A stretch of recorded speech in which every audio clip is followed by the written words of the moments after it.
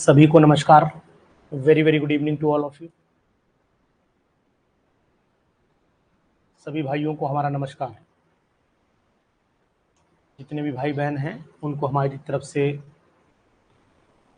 सादर नमन, सादर नमस्कार। आज हमारा सुपर रिवीजन का टाइम है और ये सुपर रिवीजन हमारा लगातार होगा। आप पूरे भरोसे के साथ हमारे क्लास से जुड़े रहेंगे और मैं उम्मीद करता हूं कि आपको आज की क्लास जरूर समझ में आएगी। बहुत ही बेहतर क्लास होगी, रिवीजन होगा एसपीडीएफ ब्लॉक का और आप पूरे क्लास को आनंद से सुनेंगे, समझेंगे। आज बारी हमारी है, अभी तक आपकी थी, अब हमारी है और कल आपके सिलेक्शन की तैयारी है। ये बात आप समझ लीजिए। बहुत ही ज़बरदस्त क्लास है, ठीक है। और मैं चाहता हूं कि इस क्लास को आप आनंद लीजिए। देखिए, मैं आपको बताने की कोशिश करूंगा कि पूरी पीरियोडिक टेबल में अगर हम देखते हैं तो पूरी पीरियोडिक टेबल को ब्लॉक में डिवाइड किया गया है। अगर हम लोग ऐसे बोलें कि यहाँ से यहाँ तक का जो ब्लॉक है, जो ये वाला ब्लॉक है, इतना ब्लॉक, ये आपका एस ब्लॉक कहलाता है। क्या कहलाता है? एस ब्लॉक कहलाता है। जो बीच वाला ब्लॉक आपको यहाँ से दिखेगा, अगर मैं आपको यहाँ से लाइन खींच करके बताऊं कि ये जो ब्लॉक यहाँ से दिखेगा, ये वाला ब्लॉक, ये आपका दिखेगा कौन सा? डी ब्लॉक दिखेगा। और इधर वाला ब्लॉक अगर मैं आपसे कहता हूँ, ये वाला ब्लॉक आपको दिखेगा कौन सा? पी ब्लॉक दिखेगा। यहाँ से यहाँ तक ये ब्लॉक आपका पी ब्लॉक कहलाएगा। ये आप नोट करेंगे। तो इनमें आपको यहाँ लिख देना है कि भैया ये एस ब्लॉक है। देखो, पढ़ाने के लिए थोड़ा सा माहौल तो बनाना पड़ता है। ये एस ब्लॉक है, ये एस ब्लॉक कहलाता है। ये आपका बीच में डी ब्लॉक कहलाता है। ये ब्लॉक डी कहलाता है। डी ब्लॉक के एलिमेंट यहाँ पर आते हैं और ये आपका पी ब्लॉक के एलिमेंट कहलाते हैं। ये सब पढ़ाने के लिए माहौल बनाना पड़ता है। नीचे जो आपको दिखाई दे रहा है जादू मंत्र, जादू टोना, ये है मेरे खेल खिलौना, ये नीचे जो आपको दिखाई दे रहा है ये वाला, ये आपका एफ ब्लॉक कहलाते हैं। लेंथेनॉइड सीरीज जिसमें है और जिसमें एक्टिनॉइड सीरीज है, ये दोनों सीरीज आपकी एफ ब्लॉक की सीरीज कहलाती हैं। एफ ब्लॉक कहलाती हैं। ध्यान दीजिए, मतलब क्या पूछ रहे हो सर?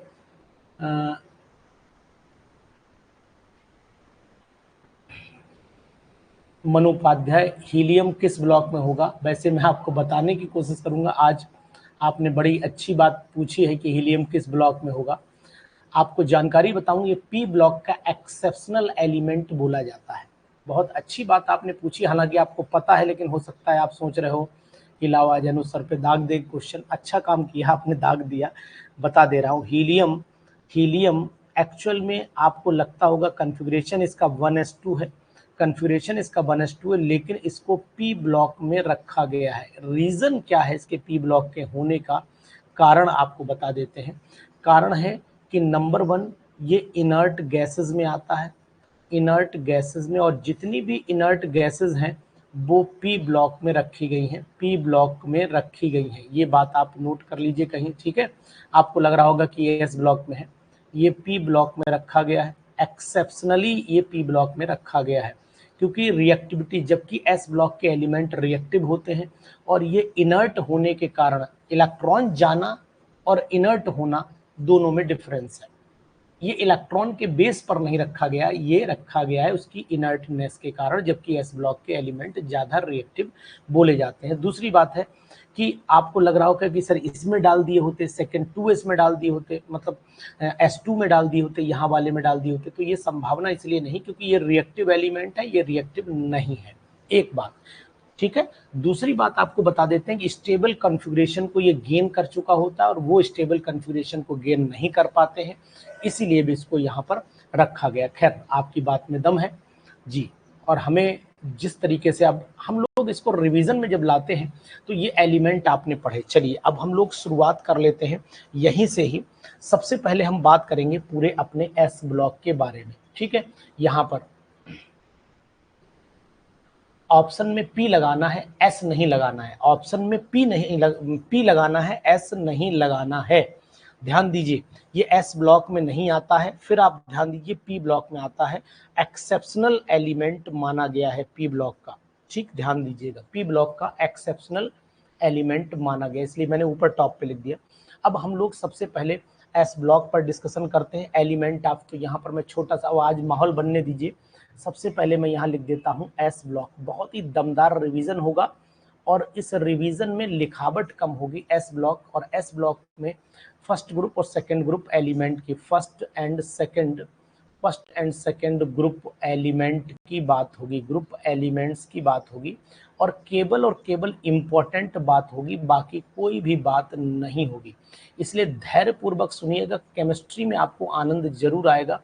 आपका देखो, एक होता है सिलेक्शन और एक होता है सिलेक्शन के साथ नॉलेज और एक होता है नॉलेज, सब में अंतर होता है। कुछ लोगों को उम्मीद से कम चीज़ें मिलती हैं, कुछ लोगों को उम्मीद से ज़्यादा मिल जाती है और कुछ लोगों को जो है वो दोनों चीज़ें मिल जाती हैं। तो चलिए, सबसे पहले मैं आपको ये बताऊंगा कि दोनों के जो जितने भी एलिमेंट होते हैं उन एलिमेंट में एस ब्लॉक के जितने भी एलिमेंट माने जाते हैं वो स्ट्रॉन्ग रिड्यूसिंग एजेंट माने जाते हैं। एल्कलाइन अर्थ थोड़े से वीक होंगे और एल्कली थोड़े ज़्यादा होंगे। तो यहाँ पर मैं बताऊंगा, सबसे पहला पॉइंट यही कि ये सब स्ट्रॉन्ग रिड्यूसिंग एजेंट में गिने जाते हैं। एक बात आप याद रखना, स्ट्रॉन्ग रिड्यूसिंग एजेंट, ये स्ट्रॉन्ग रिड्यूसिंग एजेंट माने जाते हैं। अब इसमें सेकेंड ग्रुप के जो एलिमेंट होते हैं, जो रिड्यूसिंग एजेंट होते हैं, वो थोड़े से वीक होंगे और फर्स्ट के थोड़े से ज़्यादा स्ट्रॉन्ग माने जाएंगे। ये बात आप याद रखना, ठीक है। जितने भी अल्कली मेटल होते हैं वो फोटो इलेक्ट्रिक इफेक्ट शो करते हैं, फोटो इलेक्ट्रिक इफेक्ट, है ना, फोटो इलेक्ट्रिक इफेक्ट शो करते हैं। एक्सेप्ट कौन सा एलिमेंट है जो शो नहीं करता है, वो आप हमें बता देंगे। एक्सेप्ट आपका लिथियम प्रदर्शित नहीं करेगा, ये बात आप मान लीजिएगा, ठीक है। लिथियम को स्ट्रॉन्ग रिड्यूसिंग एजेंट भी माना जाता है, ये भी मानते हैं। मनु, समझ रहे हो आप? लिथियम को आप लोग स्ट्रॉन्ग रिड्यूसिंग एजेंट में भी काउंट करिए, स्ट्रॉन्ग रिड्यूसिंग एजेंट में भी बाकी लोग भी अपनी उपस्थिति को दर्ज कराएं। समझ में सबको आ रहा है? जो मैं पॉइंट यहाँ पर लिख रहा हूँ, ये एक एक हर पॉइंट अपने में क्वेश्चन चलेगा, रिवीजन भी चलेगा, क्वेश्चन भी चलेगा, आपसे पूछूंगा भी मैं बहुत कुछ। और अगर मैं आपको ये बताने की कोशिश करूं, हाइड्रेशन एनर्जी लिथियम पॉजिटिव की बहुत ज़्यादा होती है, ठीक है, ये भी बात आपको याद रखनी पड़ेगी, ठीक। तो ये चीज़ भी नोट करते रहिएगा। दूसरी चीज़ आपको यहाँ पर बताएंगे कि अगर हम लोग लैटिस एनर्जी की बात करें, लैटिस एनर्जी जो मेन पॉइंट है, हम केवल वही डिस्कशन कर रहे हैं। लैटिस एनर्जी की अगर हम लोग बात करते हैं तो लैटिस एनर्जी जो होती है ये आयनिक करैक्टर पर डिपेंड करती है। जितना ज़्यादा आयनिक करैक्टर होता चला जाएगा उतना ही ज़्यादा आपका inter ionic force of attraction हो जाएगा। तो एल्कली मेटल हैलाइड जितने भी होते हैं उनकी लैटिस एनर्जी बहुत ज़्यादा होती है, लेकिन आपको ये भी बताने की कोशिश करेंगे LiCl की जो लैटिस एनर्जी है वो ज़्यादा होगी किससे? NaCl से। NaCl की ज़्यादा होगी KCl से, KCl की ज़्यादा होगी RbCl से, और RbCl की ज़्यादा होगी CSCl से, ठीक है। एक बात ये याद रखना। और अगर मान लो कांस्टेंट कर दें, जैसे ये Na फिक्स कर दें, तो NaF की ज़्यादा हो जाएगी NaCl के कंपेरिजन में, NaCl की ज़्यादा हो जाएगी NaBr के कंपेरिजन में। ये लगभग दोनों सेम मानी जाती हैं, फिर भी आप मान के चलिए NaCl NBr लगभग समान है, और उसके बाद NaI आ जाता है। इसको भी आप नोट करके रखिएगा, ठीक। एक चीज़ ये ध्यान रखना, और दूसरी चीज़ आपको ये भी याद रखना पड़ेगी, जो हर पॉइंट मतलब एक एक पॉइंट आपसे डिस्कशन कर दूंगा, लेकिन आप बस भरोसा जताए रखिएगा। एल्कली मेटल जितने भी होते हैं इनकी हाइड्रेशन एनर्जी का कंसेप्ट भी। अच्छा ये बताओ कि अगर मान लीजिए हम आयनिक रेडियस की बात करें तो आयनिक रेडियस जो होता है वो Li पॉजिटिव का कम होगा as compared to Na positive, as compared to K positive, as compared to Rb positive, as compared to caesium positive. सही है ना बात? लेकिन अगर हाइड्रेटेड आयंस की कंडीशन तो इसका उल्टा हो जाता है।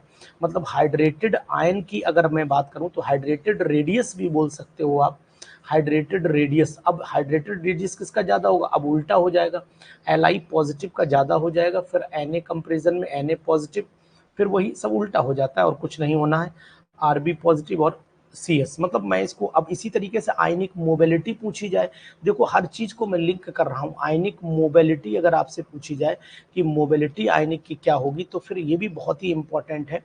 ये पहले आयनिक रेडियस के हिसाब से बढ़ती है, यानी कि अगर मैं आयनिक मोबिलिटी को जोड़ूं तो ऊपर वाला ही लिखना पड़ेगा। बहुत ही जबरदस्त।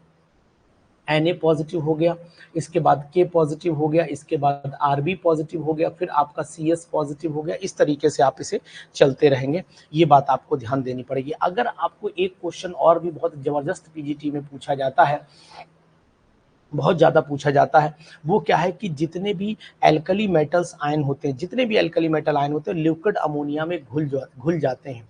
तो यहाँ पर all alkali metal ion, all alkali metal ions, all alkali metal ions जितने भी होते हैं metal ions soluble in ammonia, ये अमोनिया में घुल जाते हैं। सॉल्युबल इन अमोनिया क्यों घुल जाते हैं, रीज़न आपको पता है, क्योंकि ये एक्चुअल में अमोनिएटेड कैटायन बनाते हैं और साथ ही में अमोनिएटेड इलेक्ट्रॉन जो है बीच में ट्रैप कर जाता है, ये भी बात। तो यहाँ पर इसका जो आंसर मिलना चाहिए, तो मैं यहाँ पर आंसर क्या लिख देता हूँ, अमोनिएटेड कैटायन लिख देता हूँ।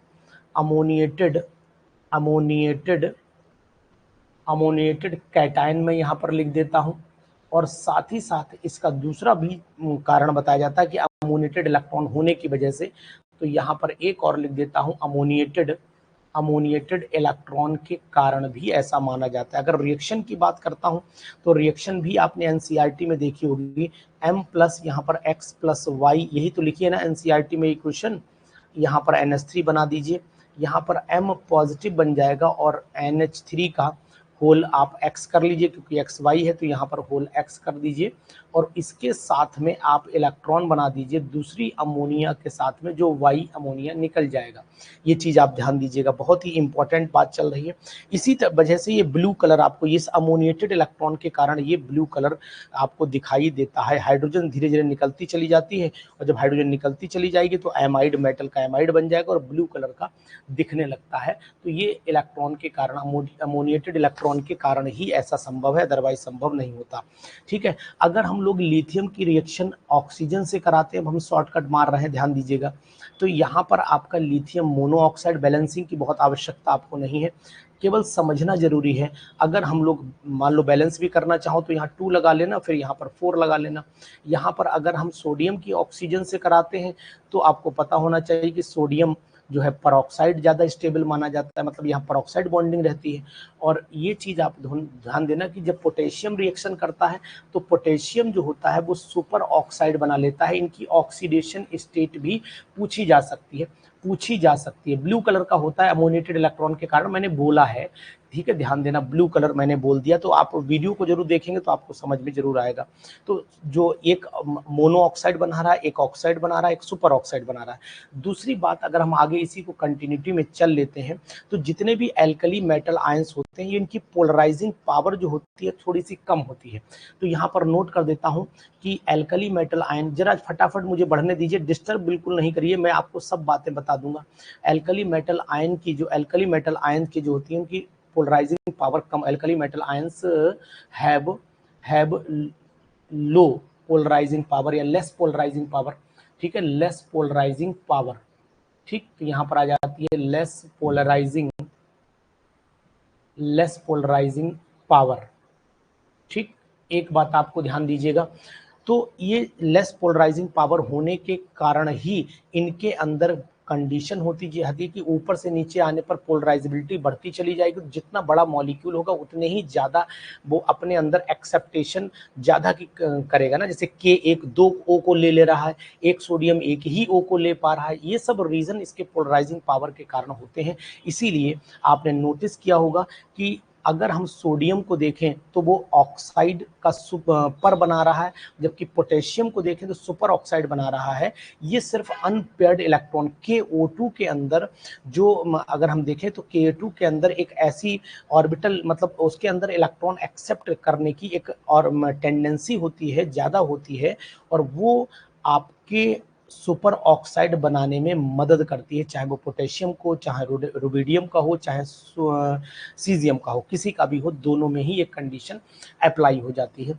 दूसरी चीज़ आपको बताने की बात यहाँ पर बताएंगे कि इनको ज़्यादा रिएक्टिव होने के कारण इनको रैप करके रखा जाता है वैक्स वैक्स में, ये भी सब आपको पता ही होता है, इसमें बहुत बड़ी बात नहीं है। तो इनमें एक तो ये आपको ध्यान देनी पड़ेगी, बहुत ही इम्पॉर्टेंट बात है, ज़्यादा से ज़्यादा इन पर क्वेश्चंस पूछे जाते हैं। अभी हम हर चीज़ आगे भी कंटिन्यू करेंगे, ऐसा नहीं कि केवल यहीं पर रुक जाएंगे। अब हम लोग एक काम और कर लेते हैं, अगर एल्कलाइन अर्थ मेटल पे आ जाते हैं तो दोनों की बात चल रही है, बात ध्यान देना है इस ब्लॉक, तो यहाँ पर बीच में रुकावट नहीं। अगर हम बेरिलियम का हाइड्रोक्साइड ले लेते हैं, ठीक है, जो क्वेश्चन ज़्यादा पूछे जाते हैं उन पर ज़्यादा फोकस करेंगे। और अगर हम मैग्नीशियम का हाइड्रोक्साइड ले लेते हैं, इसी तरीके से हम लोग कैल्शियम का हाइड्रोक्साइड ले लेते हैं, इसी तरीके से हम स्ट्रॉन्सियम का हाइड्रोक्साइड ले लेते हैं, इस तरीके से हम बेरियम का हाइड्रोक्साइड ले लेते हैं, तो ऊपर से नीचे आने पर आपको नोटिस कर रहे होंगे कि धीरे धीरे solubility alkaline earth metal hydroxide की बढ़ती चली जा रही है। तो यहाँ पर सॉल्युबिलिटी आपकी इंक्रीज कर जाएगी, इस बात को नोट आप कर लीजिएगा। सॉल्युबिलिटी क्या हो जाएगी, यहाँ लिख देता हूँ, सॉल्युबिलिटी इंक्रीज कर जाती है, सॉल्युबिलिटी इंक्रीज कर जाएगी, इस बात का आप ध्यान देना। और दूसरी चीज, आपको बेसिक नेचर भी इनका इंक्रीज कर जाएगा। तो यहाँ इसी के नीचे एक तीर और मार देते हैं, वो क्या मैं बता दे रहा हूँ कि बेसिक नेचर भी इंक्रीज करेगा। तो बेसिक नेचर भी इनका इसी के साथ इंक्रीजमेंट में बना ही दे रहा हूँ, ठीक। अब आप एक बात और नोट कर लो जो बहुत ज़्यादा इम्पोर्टेंट है कि ये इन पर से लगभग क्वेश्चन पूछ ही लिया जाता है कि बहुत आसानी से। दूसरी बात आपको पता है, बाइकार्बोनेट जितने भी मेटल्स के हैं सॉल्युबल हो जाते हैं वाटर में, ठीक है। एल्कली मेटल बाइकार्बोनेट जो होता है वो क्रिस्टलाइन सॉलिड होता है, जबकि बाइकार्बोनेट अदर के जितने भी होते हैं वो सॉल्यूशन बना लेते हैं। तो ये बात भी आप नोट करके रखिएगा, ठीक है। तो इसमें हम आपको ध्यान देने की कोशिश ये करेंगे कि अगर ये सब चीज़ें चलती हैं तो सॉल्युबिलिटी ऑफ कार्बोनेट और बाइकार्बोनेट वाटर में इंक्रीज करती है लिथियम से सीजियम तक जाने पर। तो अगर हम लोग सॉल्युबिलिटी बाइकार्बोनेट की करें तो लिथियम LiHCO3 जो होता है वो थोड़ा कम घुलता है, जबकि NaHCO3 थोड़ा ज़्यादा घुल जाता है। कि एच मतलब सॉल्युबिलिटी दोनों की इंक्रीजिंग ऑर्डर में आप बना ही लेंगे वाटर के अंदर, ठीक है। सॉल्युबिलिटी बस वाटर के अंदर है, ये ध्यान देना, KHCO3 और उसके बाद आपका RbHCO3 हो जाता है, उसके बाद आपका जो है वो CSHCO3 हो जाता है। ये बात ध्यान आपको रखनी पड़ेगी, बहुत ही इंपॉर्टेंट है। दूसरी चीज आपको बताएंगे कि जितने भी एल्कली मेटल होते हैं उन एल्कली मेटल के जितने भी ऑक्साइड होंगे उनको अगर हम लोग देखें, जैसे कि मान लीजिए हमने Li2CO3 लिया, इसको जब हमने हीट किया तो बनाया इसने Li2O बनाया और साथ में निकाली कार्बन डाइऑक्साइड गैस। तो Li2O जो होता है वो आप ध्यान दीजिए, ये स्टेबल, ये जो है आसानी से डिकम्पोज नहीं होता है। जितने भी हैं मतलब ऐसे बोलें कि ये टूट जाता है बाकी नहीं टूटते हैं, ऐसे बोले। ये ब्रेक हो गया तो CO2 निकल गई, ये ब्रेक हो गया मतलब लेस स्टेबल हो गया। और अगर अदर जो होते हैं अदर मोर स्टेबल हो जाएंगे, मोर स्टेबल वो जल्दी ब्रेक नहीं होते हैं, ये बात आप ध्यान देना। अब आपको एक चीज यहीं से पता लग रही होगी कि ये बन गया तो मतलब ऑक्साइड जो होते हैं वो ज़्यादा स्टेबल बन जाएंगे, ज़्यादा स्टेबल हो गया ऑक्साइड, ठीक है। अब ज़्यादा स्टेबल हो गया, इसका रीज़न आपको ये भी समझ में आएगा कि इनके अंदर जो एक प्रॉपर्टी जनरेट होती है, आयनिक कैरेक्टर जनरेट होने की टेंडेंसी बन जाती है। इसके बाद आपका पर ऑक्साइड आ जाता है, ये थोड़ा सा इससे कम रहता है, मतलब जल्दी बना लेता है। उसके बाद जो होता है वो सुपर ऑक्साइड होता है, यानी KO2 की अगर मैं बात करूं तो यहाँ पर आ जाता है। ये एक कंडीशन मानी जाती है, लेकिन ये कंडीशन तभी अप्लाई होगी जब इनको हम तोड़ने की बात करेंगे, उससे पहले नहीं, उससे पहले आप नहीं बात करेंगे, तोड़ने की बात होगी तभी होगी। अब दूसरी चीज और बताएं आपको, लिथियम सोडियम नाइट्रेट डिकम्पोज मुश्किल से होते हैं, ये बात भी आप नोट कर लीजिए। जैसे लिथियम का अगर आपने मान लीजिए नाइट्रेट ले लिया, LiNO3 ले लिया, और दूसरा आपने NaNO3 ले लिया, इन दोनों को अगर आप डिकम्पोज करेंगे ठीक है, ये थोड़ा मुश्किल से डिकम्पोज होते हैं, तो डिकम्पोज विद डिफिकल्ट लिख देता हूँ। डिकम्पोज डिकम्पोज होंगे लेकिन डिफिकल्ट हो जाएगा, डिफिकल्ट हो जाएगा। एक बात आप याद रखना। दूसरी चीज देखिए, हर चीज तो रिवाइज नहीं हो पाएगी, उसके लिए आपको पूरी वीडियो देखनी पड़ेगी, लेकिन जो इम्पोर्टेंट है, अगर आपने शुरुआत बहुत ज़्यादा अंदर चले जाएंगे तो रिवीजन रुक जाएगा, इसलिए आपको बताने की कोशिश करूंगा। छोटी छोटी चीज़ों को आप जरूर पढ़ लीजिए। जैसे अगर हम बेरिलियम के कार्बोनेट की बात करते हैं, तो बेरिलियम का कार्बोनेट जो है वो कम स्टेबल है, मैग्नीशियम का कार्बोनेट जो होता है वो थोड़ा ज़्यादा स्टेबल होता है। ठीक है, इसी तरीके से मतलब ऊपर से नीचे आने पर इनके स्टेबिलिटी का ऑर्डर जो है स्ट्रॉन्सियम कार्बोनेट और उसके बाद आपका बेरियम कार्बोनेट हो जाता है। ठीक, ये बात आपको ध्यान रखनी पड़ेगी जो बहुत इंपॉर्टेंट है।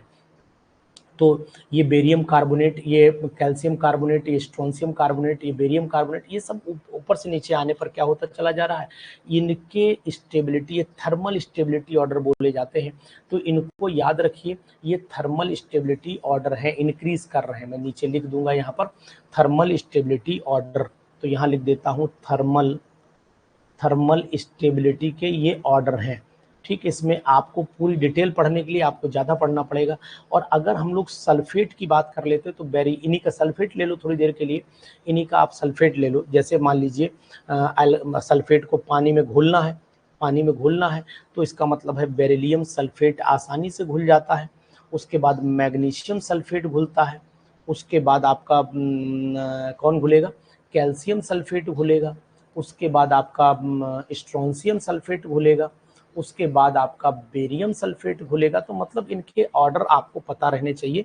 ये एक्चुअली में है क्यों, ऐसा क्यों हुआ, ये एक्चुअली में डिक्रीजिंग हाइड्रेशन एनर्जी के कारण हुआ है। तो यहाँ पर मैं लिख देता हूँ सॉल्युबिलिटी डिक्रीज कर रही है, यहाँ पर मैं लिखे दे रहा हूँ सॉल्युबिलिटी डिक्रीज कर रही है, लेकिन रीजन भी थोड़ा सा आइडिया रहेगा ना। तो सॉल्युबिलिटी लिख देता हूँ, सॉल्युबिलिटी जो है वो यहाँ पर डिक्रीज कर रही है। और डिक्रीज क्यों कर रही है, ड्यू टू क्या लिख दूँ यहाँ पर, due to decrease in hydration energy लिख दूँ, हाइड्रेशन एनर्जी ज़्यादा सही रहेगा ना। चलिए हाइड्रेशन एनर्जी कर दो, hydration of beryllium di positive to barium di positive जो है वो इंक्रीज करती चली जाती है, ये ठीक, सॉरी डिक्रीज करती चली जाती है। तो solubility decreases due to decrease in hydration of, बस आगे समझ में हो गया, सेंटेंस सही हो गया, कोई दिक्कत नहीं। अच्छा, दूसरी बात ये, कभी कभी मैच द कॉलम में देखो, पिछली बार अगर हम लोग बात करते हैं तो पिछली बार में एक और भी काम हो रहा था, वहाँ पर कि कभी कभी जिप्सम का फार्मूला पूछ लिया। तो कोई बताएगा जिप्सम का फार्मूला क्या होता है, बोले हंसोगे सर, बोले सर बताओ, हमसे जिप्सम का फार्मूला पूछ रहे हो, हमसे पीओपी का प्लास्टर ऑफ पेरिस का फार्मूला पूछ रहे हो, शर्म आपको आनी चाहिए। लेकिन शर्म तो हमें आती नहीं है। क्यों नहीं आती, क्योंकि हमें कंपटीशन निकालना, और कंपटीशन निकालने वाले को कभी भी शर्म नहीं आती है। ठीक, एक चीज ये होनी चाहिए। दूसरी चीज ये भी है, पीओपी का फार्मूला भी आपको पता रहना चाहिए। क्या, यहाँ आधा कर दो, आधा हो गया CaSO4 डॉट हाफ H2O, डेढ़ पानी इसमें से निकाल दो, डेढ़ पानी आप आराम से यहाँ से निकाल दो। अब दूसरी चीज ये भी है, इन्हीं के चलते चलते आपको ये भी बता देंगे कि जब सॉल्युबिलिटी घट रही है तो मतलब ज्यादा आपको थर्मली स्टेबल हो जाएंगे। तो थर्मल स्टेबिलिटी का ऑर्डर भी यही हो जाता है। मतलब थर्मल स्टेबिलिटी ऊपर लिखी हुई है, तो सल्फेट की भी थर्मल स्टेबिलिटी इंक्रीज कर रही होती है, वो चाहे कार्बोनेट की हो या सल्फेट की हो, थर्मल स्टेबिलिटी बढ़ती ही है। तो यहाँ पर BaSO4 भी मैं बढ़ा देता हूँ, जब यहाँ लिखने की, क्योंकि इसमें एरो बदलने पड़ेंगे, यहाँ पर एरो नहीं बदलने पड़ेंगे। कैल्शियम सल्फेट हो गया, और उसके बाद स्ट्रोंशियम सल्फेट हो गया, इसके बाद आपका बेरियम सल्फेट थर्मली ज़्यादा स्टेबल हो जाता है। ऐसा आप नोट करके रखिएगा। ठीक, दूसरी चीज़ आप चलते आइए, बाकी अगर बीच में कुछ लगेगा तो पूरी वीडियो भी पड़ी हुई है, उनको भी आप एक दो बार देख लीजिएगा। हम आपको ये भी बताएंगे कि जो BeH2 जो होता है ये पॉलीमेरिक होता है। BeH2 अब स्ट्रक्चर नहीं बताएंगे क्योंकि पढ़ा चुके हैं, ये पॉलीमेरिक हो जाता है, ये बात आप ध्यान देना, पॉलीमेरिक बना लेता है। तो पॉलीमेरिक में मतलब BeH2 का होल ट्वाइस, इस तरीके से आगे कंटिन्यू आप कर सकते हो। इसी तरीके से BeCl2 को देखोगे तो आप BeCl2 जो होता है ये भी आपका डाइमर बना लेता है, पता है आपको।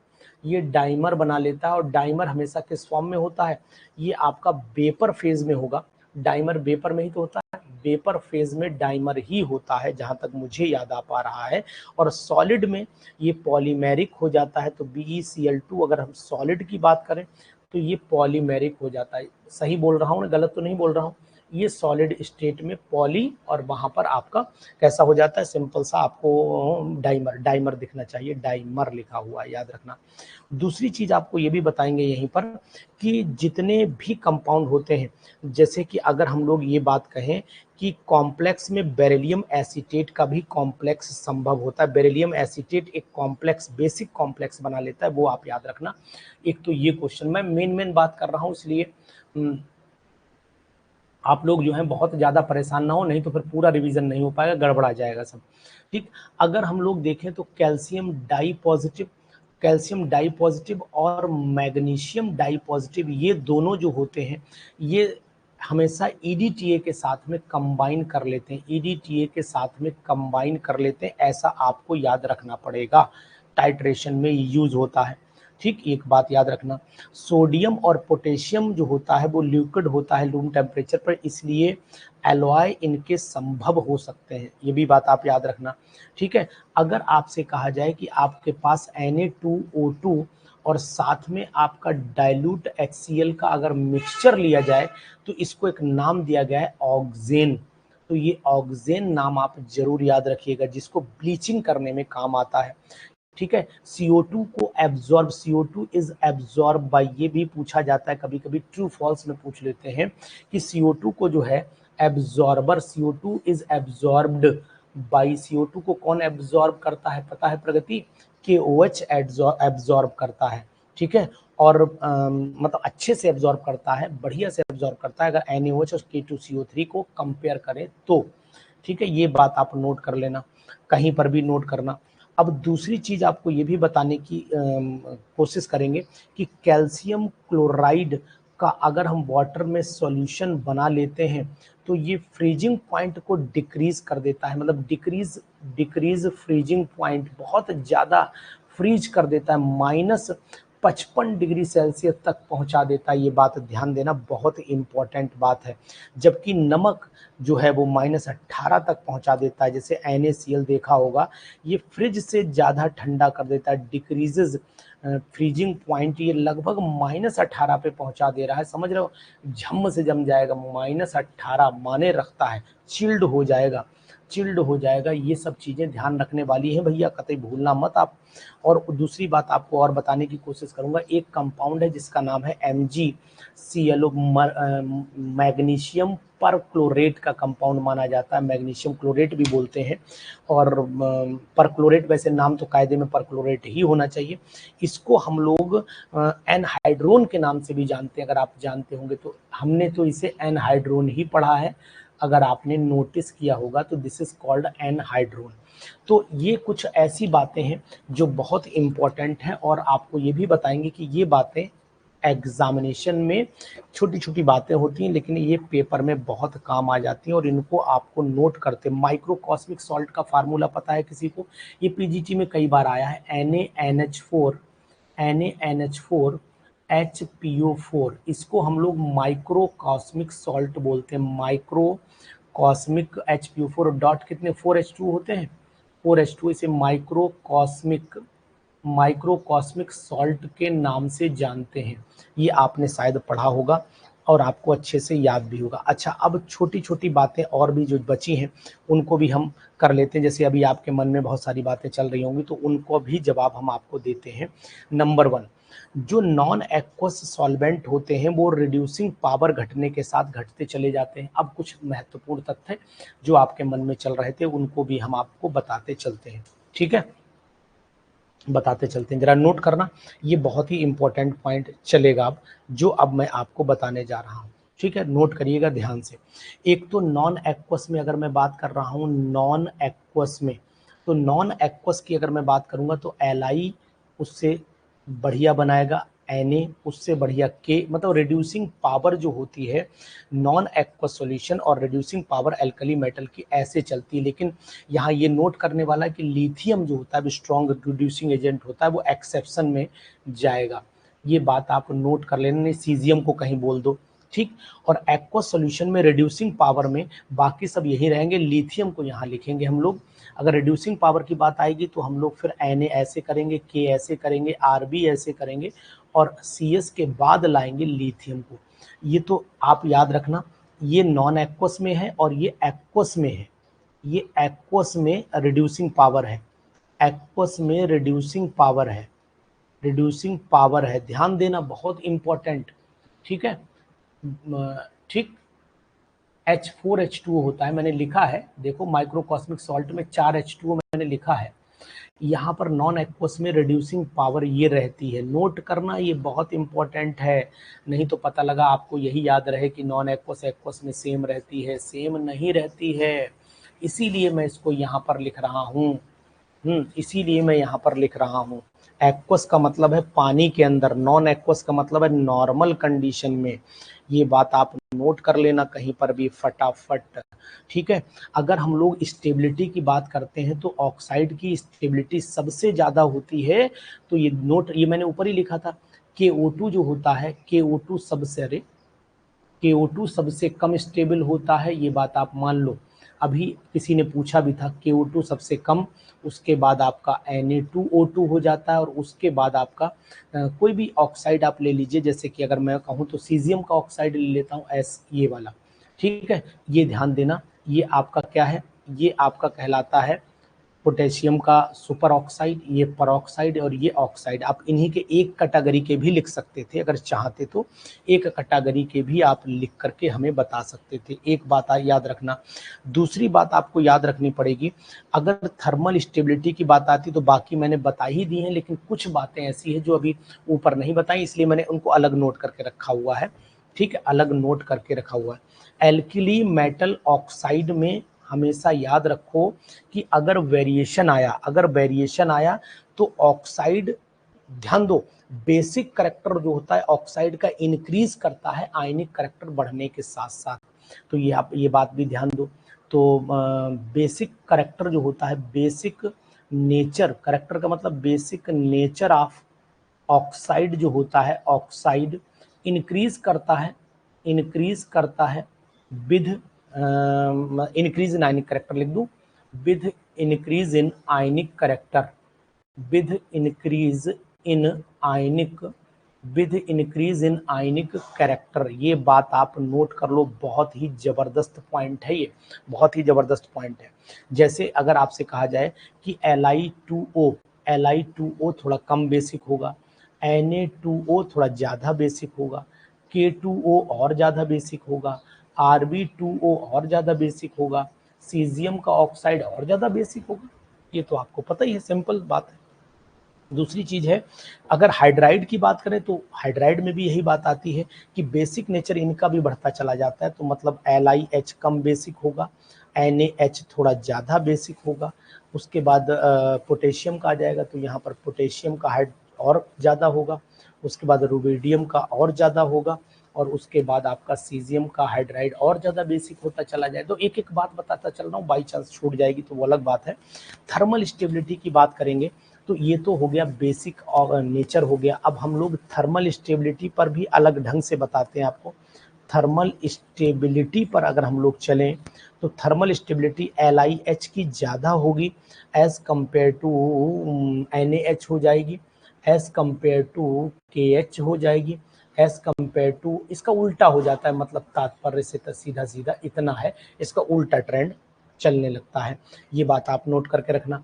ये सब चीज़ें छोटी छोटी जो मुझे याद आ पा रही मैं बता रहा हूँ, बाकी आपके पास नोट्स भी होंगे और उन नोट्स से भी आप पढ़िएगा, उन नोट्स में भी बहुत सारी चीज़ें कोई अगर छूटेगी तो वहाँ से आप यूज़ कर लेना कि नहीं सर ने छोड़ दिया, ऐसा कुछ नहीं है, ठीक। तो कुछ कॉमन चीज़ें जो एक्सेप्शन है वो मैंने बता दी है। अगर दूसरी चीज़ आपको बताई थी, कार्बोनेट जो होते हैं वो लिथियम का कम स्टेबल, मतलब जितना ज़्यादा बढ़ते चले जाएंगे कार्बोनेट उतना ज़्यादा स्टेबल होते चले जाएंगे।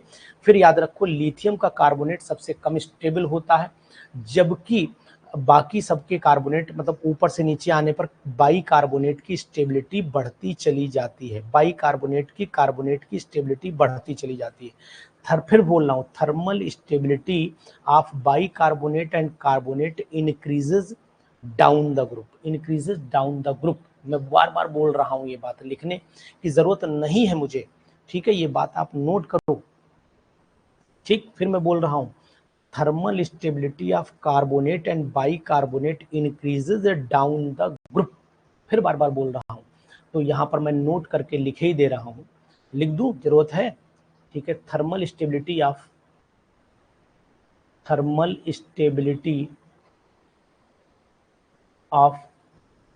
Carbonates and bicarbonates increases down the group।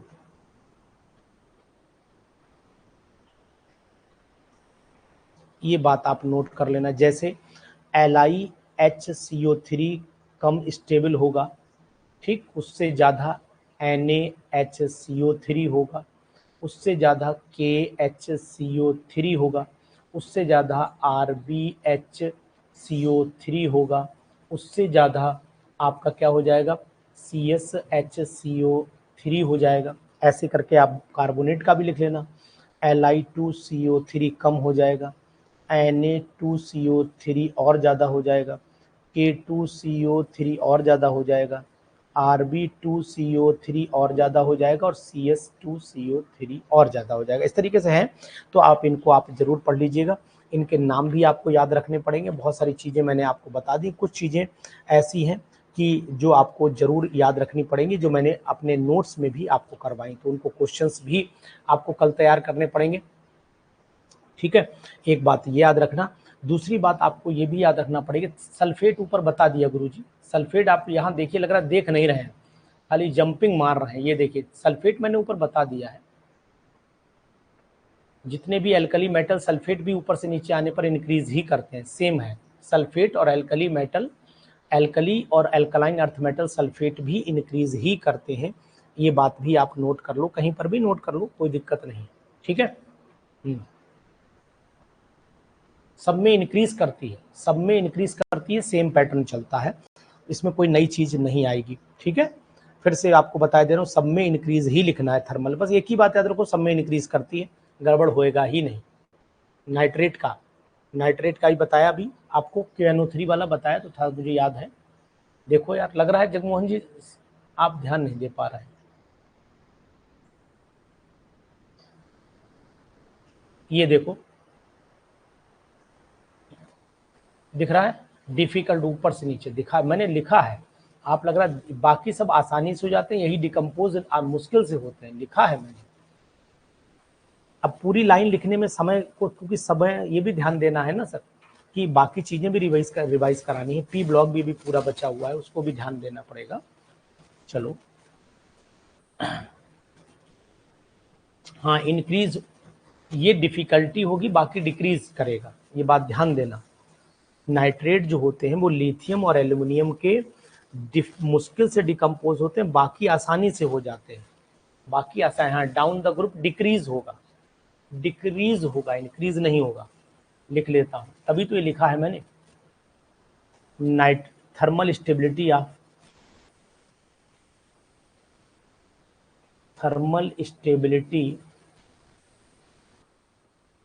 Of nitrates decrease करेगा।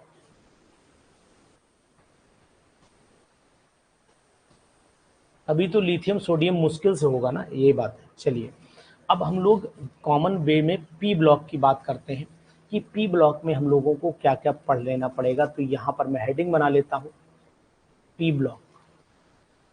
आप लोग सबसे पहला काम ये करिए, सबसे पहला एक पेज पर सबके ये चीज़ें लिख लीजिए, फिर उनको एक बार पढ़ डालिए और अपने ढंग से लिख डालिए, अपने ढंग से लिख करके उन्हें पढ़ डालिए ध्यान से, ठीक है जी। देखो, सबसे पहले हमें एक पी ब्लॉक में ये ध्यान देना पड़ेगा कि पी ब्लॉक में ग्रुप नंबर कितने आते हैं। देखो 13 में अब सबकी बात तो करूंगा, लेकिन थोड़ी थोड़ी बात करूंगा, जरूरत की बात करूंगा। पी ब्लॉक में नंबर 1 13, 14, 15, 16, 17 और 18 ग्रुप के एलिमेंट आते हैं। क्या मैंने झूठ बोला?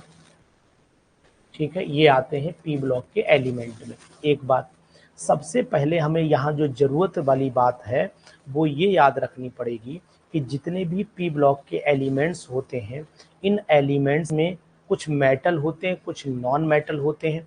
नॉन मेटल और मेटल का डिफरेंस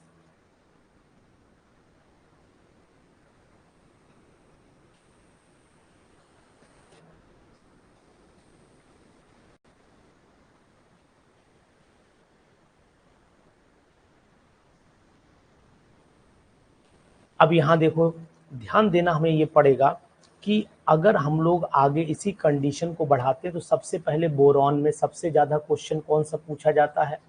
बोरॉन में सबसे ज़्यादा पूछा जाता है एक तो बोराजाइन का फार्मूला। बोराजाइन का फार्मूला मैंने पूरा डिटेल स्टडी पढ़ाई है, इसलिए यहाँ पर डिटेल की बात मत करना। बोराजाइन का अगर फार्मूला आपको पता है तो आप बताएंगे इसे हम लोग B3N3H6 के नाम से जानते हैं। इसे इनऑर्गेनिक बेंजीन भी बोलते हैं, इनऑर्गेनिक बेंजीन के नाम से भी जानते हैं, ये बात भी नोट कर लेना। दूसरी बात आपको और बताऊंगा यहीं पर, जितने भी कंपाउंड हैं वो बोरॉन के, ये जो बोराजाइन बन रहा है ये B2H6 यानी कि B2H6 जिसे हम लोग डाइबोरेन के नाम से जानते हैं, ये डाइबोरेन का ही कंपाउंड माना जाता है। और डाइबोरेन के अंदर इसके स्ट्रक्चर बहुत सारे बोले जाते हैं, जैसे कि अगर आपसे बोला जाए कि एक होते हैं निडोबोरेन, एक होते हैं आर्केनोबोरेन, इनकी डिटेल स्टडी मैंने कराई है, तो इनका जनरल फार्मूला याद रखना। एक कहलाते हैं निडोबोरेन, एक कहलाते हैं निडोबोरेन जिनका जनरल फार्मूला Bn और H जो होता है कितना होता है, N+4 होता है, N+4 ये निडोबोरेन कहलाते हैं। और इसी तरीके से अगर हम लोग आर्केनोबोरेन की बात करें तो आर्केनोबोरेन, बात सबको समझ में आ रही है? आर्केनोबोरेन की अगर हम लोग बात करते हैं तो आर्केनोबोरेन का जनरल फार्मूला किसी को पता है? यहाँ 6 कर दें तो यहाँ Bn हो जाएगा और यहाँ पर H जो होगा वो N+6 हो जाएगा, है N+6 हो जाता है ये आर्केनोबोरेन। इसमें रखते चले जाइए वैल्यू, आपको ऑटोमेटिकली पता लगता चला जाएगा। उसमें एक डाइबोरेन, अब डाइबोरेन किसको फॉलो कर रहा है आप पता ही लग जाएगा कि डाइबोरेन निडोबोरेन में आता है कि आर्केनोबोरेन में आता है। बताओ डाइबोरेन किस में आता है? डाइबोरेन किस में आता है? आर्केनोबोरेन में आता है कि निडोबोरेन में आता है? जल्दी बता दीजिए फटाफट, हमें हम समझ जाएंगे कि आपको कुछ आ रहा है कि नहीं आ रहा है। जल्दी बोल दीजिए।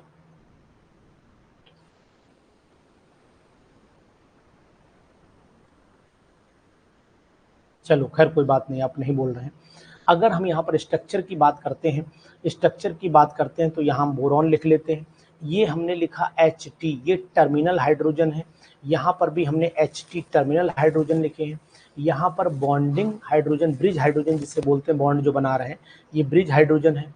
ये वाले भी ब्रिज हाइड्रोजन दोनों बोरॉन से जुड़ेंगे। और ये टर्मिनल हाइड्रोजन, ये भी टर्मिनल हाइड्रोजन। सुमित जी बताइए, नीरज जी बताइए कि इसमें डाइबोरेन के अंदर B2H6 के अंदर कितने टर्मिनल हैं, कितने इसमें ब्रिज हाइड्रोजन है? जल्दी बोलिए, कितने ब्रिज हैं, कितने जो है वो टर्मिनल है? टर्मिनल हाइड्रोजन टोटल कितने हैं और ब्रिज हाइड्रोजन टोटल कितने? जल्दी बताइए फटाफट, जल्दी फटाफट बताते चलिए, क्योंकि अब मैं सोच रहा हूँ कि आपको इस तरीके से बताता चलूंगा तो याद भी आपको रहेगा।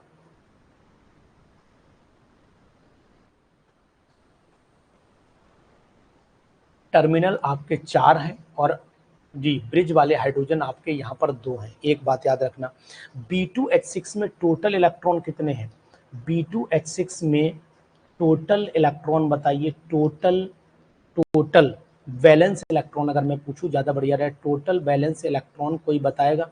बी में कितने होते हैं? 5। बी में होते हैं, आपका बोरॉन का 5 होता है, तो 2,3, 2,3 हो गया। तो इसका मतलब 3 ये हो गए, इसी 3 दूनी 6 हो गए और 6 हाइड्रोजन, ये टोटल कितने लिखे जाएं? यहाँ पर 12 इलेक्ट्रॉन लिखे जाएंगे। ध्यान देना 12 लिखे जाएंगे, यही पूछा जाता है, कभी कभी गड़बड़ हो जाता है ये 12 इलेक्ट्रॉन। ठीक है, ये बात आप नोट कर लो अच्छी तरीके से। ठीक है, अगर हम लोग यहाँ बोलें तो जितने भी बॉन्ड होते हैं BH जो होते हैं, देखो BHT जो आपको दिख रहा है BHT, ठीक, नॉर्मल कोवेलेंट बॉन्ड होता है, BHT, अगर हम ऐसे बोलें BHT, ये नॉर्मल कोवेलेंट बॉन्ड है, इसे हम लोग नॉर्मल कोवेलेंट बॉन्ड भी बोलते हैं, नॉर्मल कोवेलेंट बॉन्ड। और इसका एक नाम और भी दिया होगा, दो सेंटर पर होते हैं और आपके दो सेंटर दो इलेक्ट्रॉन बॉन्ड इसको बोला जाता है, ये बात याद रखना। और दो ब्रिज हाइड्रोजन पर केवल आपका जी, दो सेंटर दो इलेक्ट्रॉन बॉन्ड, चार टर्मिनल हाइड्रोजन है, वो आपको पता ही होगा, सिंपल है, बिल्कुल याद रखना पड़ेगा, ये क्वेश्चन आता है, बहुत इंपॉर्टेंट। टोटल आपके 4 इलेक्ट्रॉन आ जाते हैं। टोटल आपके कितने इलेक्ट्रॉन आएंगे, ध्यान दो, टोटल कितने आएंगे, 4 इलेक्ट्रॉन आते हैं। टोटल कितने आएंगे, 4 इलेक्ट्रॉन, ठीक है। टोटल यहाँ पर 4 की मैं बात कर रहा हूँ, ध्यान देना पड़ेगा, नहीं गड़बड़ हो जाएगी, ठीक। मतलब BHT टोटल 4 हो ही जाएंगे। BHT देख ही लो, यहाँ पर हमने HT लिखा भी है यहाँ पर 4, ये देख लो ऐसे करके ये। अब दूसरी बात आ जाती है कि अगर हम लोग ये बात बोलें कि 3 सेंटर 2 इलेक्ट्रॉन बॉन्ड कहाँ पर होगा, 3 सेंटर 2 इलेक्ट्रॉन बॉन्ड, तो BHB के अंदर जो होगा वो 3 सेंटर और 2 इलेक्ट्रॉन बॉन्ड होगा। ये बात भी क्या सही है या गलत है, ये बात आप बताइएगा। इसमें हाइड्रोजन की 1s ऑर्बिटल ओवरलैप कर देती है, इसलिए एक ब्रिज में 3 सेंटर 2 इलेक्ट्रॉन बॉन्ड बनते हैं, दूसरे में भी 3 सेंटर 2 इलेक्ट्रॉन बॉन्ड 2 ब्रिज के अंदर बनते हैं। तो यहाँ पर 2 ब्रिज के अंदर बनेंगे, ये 4 टर्मिनल पर बनेंगे, ये 4 टर्मिनल पर बनेंगे और ये 2 ब्रिज पर बनेंगे, ठीक है ना। समझ में आपको आ रहा है, कोई दिक्कत तो नहीं, आप तो खुद पढ़ाने वाले बात है, ये बात भी आप नोट कर लो अच्छी तरीके से, याद रहेगा ना। अब दूसरी बात है कि बोरॉन बोरॉन के बीच में भी एक बॉन्डिंग होगी, तो बोरॉन बोरॉन के बीच में आपको याद रखना पड़ेगा, 2 सेंटर 2 इलेक्ट्रॉन बॉन्ड कहलाते हैं, 2 सेंटर और 2 इलेक्ट्रॉन बॉन्ड केवल बोरॉन बोरॉन के बीच का भी बोला जा सकता है, ये बात भी आप याद कर लेना। तो ये चीज़ संभावित है, लेकिन इसको अधिकतर लोग पढ़ते नहीं, क्योंकि आपस में इनका बॉन्डिंग नहीं मानी जाती है, इसलिए हम इसको पढ़ाते नहीं है, इसलिए आपको ये चीज़ यहाँ पर लिखी नहीं जाती। अदर जो बोरेंस हैं उसमें ये संभावित होता है, अदर बोरेंस में, हाइयर बोरेंस में संभावित होता है, इसीलिए आपको बताना पड़ेगा यहाँ पर, ठीक। तो ये बात आप नोट करके रखिएगा कि यहाँ पर कौन कौन सी कंडीशन टोटल मानी जाती है, ठीक। हाँ चलो, अब नोट कर लेते हैं, इसी के आगे चलते चलते हम लोगों को एक, हमने आपको STYX रूल पढ़ा दिया था, जरूर पढ़ लेना, अब उसे बार बार नहीं पढ़ाएंगे। STYX पढ़ाया था, अगर आपको याद होगा, STYX रूल बताया था मैंने, STYX कोड मैंने आपको समझाया था, अगर आपने मेरी क्लास ली होगी तो 100% STYX कोड मैंने बताया था, मुझे अच्छे से याद है। याद है आपको STYX? S का मतलब है नंबर ऑफ, बताया था नहीं, X का मतलब STYX, X लिख दिया, STYX होता है, सॉरी STYX होता है, ये मैंने पढ़ाया था, आपको याद है, नहीं याद है, नहीं याद है, चलिए एक बार एक एग्जांपल बता देता हूँ। S का मतलब होता है BH बॉन्ड कितने पर है, BH बॉन्ड कितने हैं, ये मैंने बताया था, ठीक है। BH का मतलब है HBH बॉन्ड है ना, तो BH और फिर B कर दो, HBH बॉन्ड कितने हैं।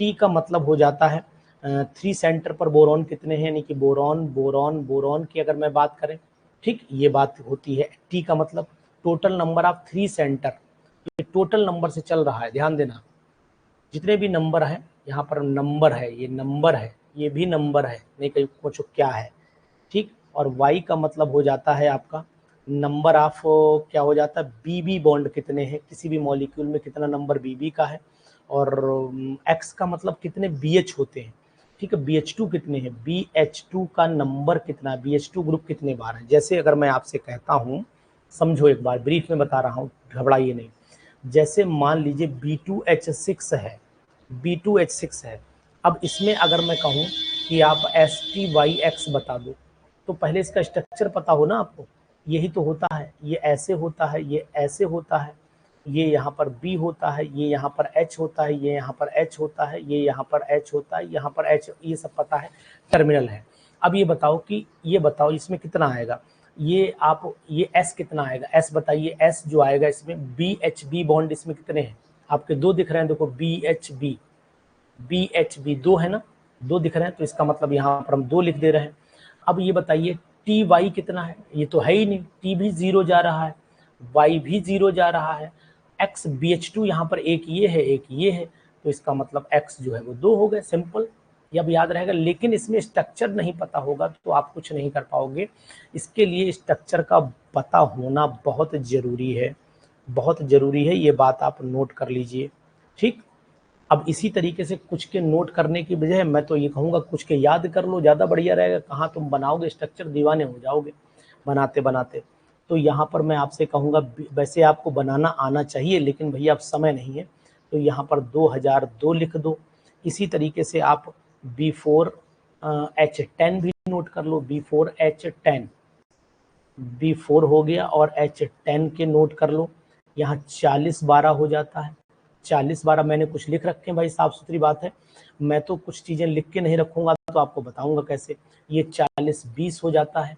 इसी तरीके से ये B5H11 का अगर मैं देखता हूँ तो ये मैंने 3203 लिख रखा है, और ये मैं B10H14 का अगर मैं देखता हूँ तो 46-20 हो जाता है।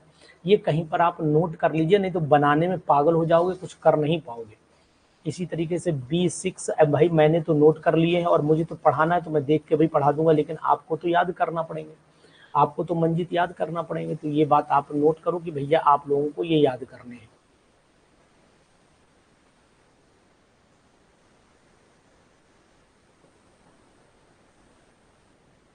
ठीक, ये याद कर लीजिएगा। दूसरी चीज़ आपको और बताऊंगा कि यहीं पर मैंने बहुत सारी चीज़ें आपको बताई थी कि इससे जुड़ी हुई चीज़ें, बोराजाइन ओराजाइन जरूर पढ़ लीजिएगा, निडो आर्केनो दोनों ध्यान से पढ़ लीजिएगा। अच्छा, दूसरी चीज़ ये बताओ कि एक एसिड का नाम आपने सुना है, एक तो बोरेक्स का फार्मूला बताइए फटाफट, बोरेक्स का केवल फार्मूला बता दीजिए। हाँ, विदाउट स्ट्रक्चर आप नहीं बता पाएंगे जगमोहन जी, बिना स्ट्रक्चर के आप कैसे बताएंगे भाई, स्ट्रक्चर में या तो पूरा ये पता हो कि कौन सी चीज़ कहाँ है, तो वो तो फिर संभव नहीं, मैंने बहुत कोशिश की लेकिन बन नहीं पाता है, उसका दिमाग में रखना पड़ता है, उसमें कितने BH हैं कितने हैं बॉन्ड, वो स्ट्रक्चर से ही आता है समझ में।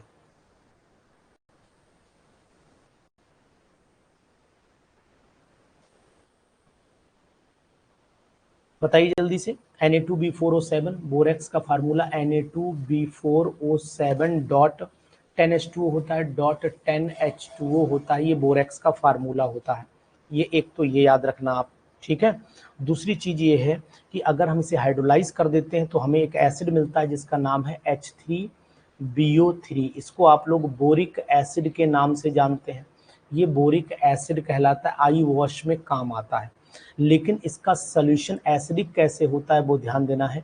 H3BO3 को हम ऐसे भी लिख सकते हैं, यहाँ पर BOH का होल थ्राइस भी लिख सकते हैं, और BOH के होल थ्राइस को जब हम पानी के अंदर डालते हैं तो ये बनाता है BOH का होल 4 नेगेटिव और H पॉजिटिव बनाता है, इसीलिए आपको हम ये बताएंगे कि इसका वीक एसिडिक नेचर भी माना जाता है, वीक एसिडिक नेचर भी माना जाता है। दूसरा कंपाउंड आप याद रखना कि एक होता है B4OC और एक होता है आपका BN, इन दोनों के नाम भी पता रहे, इसका नाम बोरॉन कार्बाइड है, इसका नाम बोरॉन कार्बाइड है, कभी कभी पूछ लेते हैं बोरॉन कार्बाइड, और इसका नाम आपका बोरॉन नाइट्राइड है, दोनों के नाम आप याद कर लीजिएगा अच्छे से, ठीक है।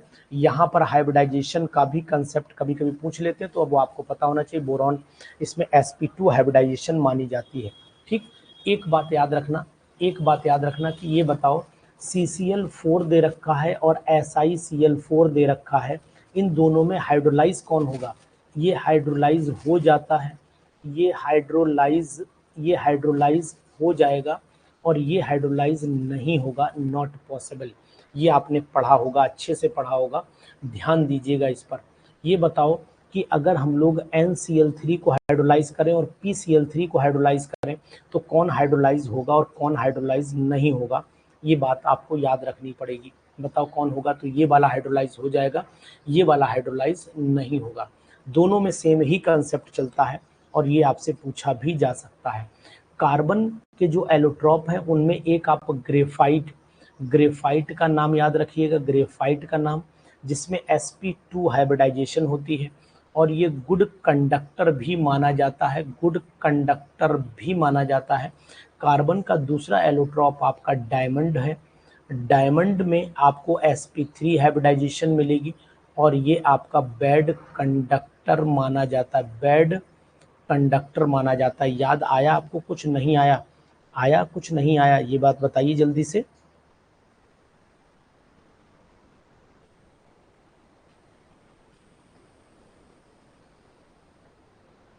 चलो ठीक।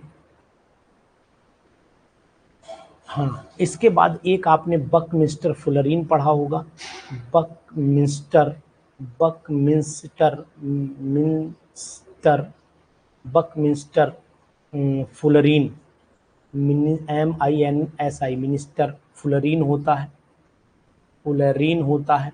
इसके अंदर लगभग कार्बन 60 से लेकर के कार्बन 70 तक का नंबर चला जाता है ना। और इसके अंदर हाइब्रिडाइजेशन बताओगे कौन सी होती? हाइब्रिडाइजेशन sp2 हाइब्रिडाइजेशन होती है। हाइब्रिडाइजेशन बताइए, sp2 हाइब्रिडाइजेशन होगी इसके अंदर। ये बात आपको याद है या नहीं है? चलिए दूसरी चीज़ आपको बताते हैं कि ऑक्सीडेशन स्टेट जो होती है कार्बन से लेड तक, कार्बन से लेकर के Pb तक अगर हम चलते हैं तो +4 ऑक्सीडेशन स्टेट जो होती है वो डिक्रीज करती है, डिक्रीज करती है, और +2 ऑक्सीडेशन स्टेट इंक्रीज करती है। इसका रीज़न बताइए, रीज़न क्या है? रीज़न होना चाहिए आपका inert, inert pair, inert pair effect. याद है इनर्ट पेयर इफेक्ट? बात मेरी समझ में आपको आ रही नहीं आ रही है? दूसरी चीज आप नोट कर, हर चीज को बहुत मतलब जो है मेन बात मैं इसलिए कर पा रहा हूं क्योंकि बहुत ज्यादा अगर ले जाऊंगा खींच के तो फिर हो नहीं पाएगा।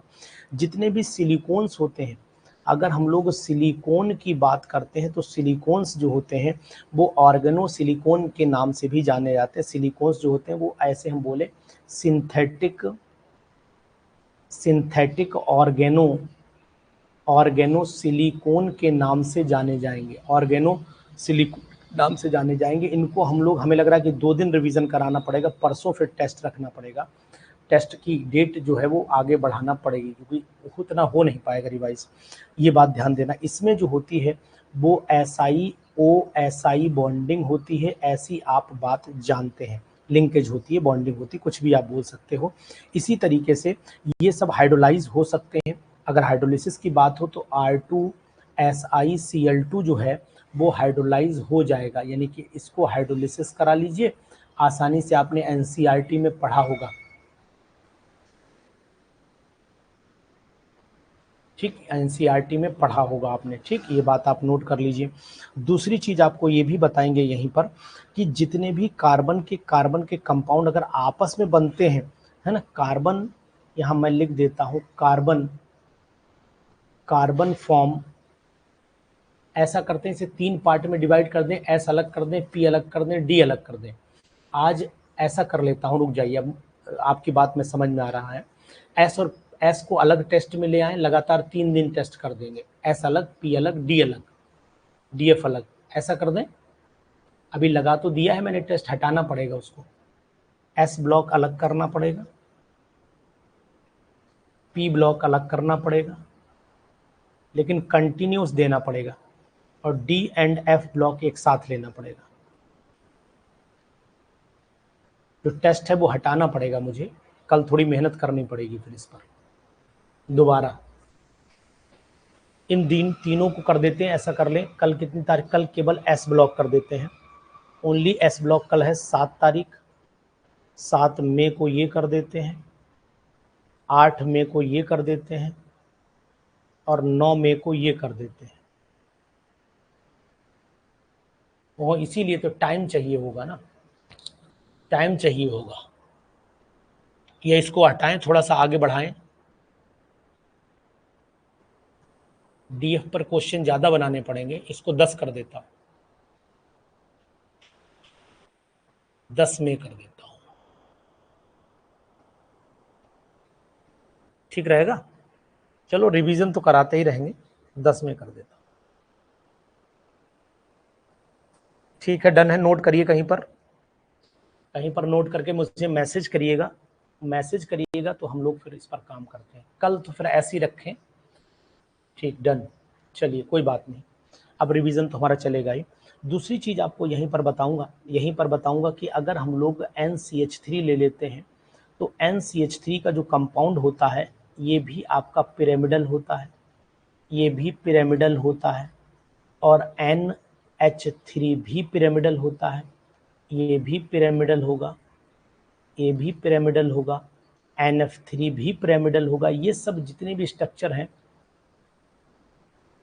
पिरामिडल होंगे। ठीक, और कोई सजेशन देना हो तो बोल सकते हैं, आप बोल सकते हैं। लेकिन इनमें अगर हाइब्रिडाइजेशन की बात करो तो तीनों में sp3 हाइब्रिडाइजेशन होती है। ये पोलर ज़्यादा होगा, ये मोर पोलर होगा, इस बात का भी आप याद रखिएगा, ये मोर पोलर होगा। और कोई सजेशन आपको देना हो तो बता सकते हैं।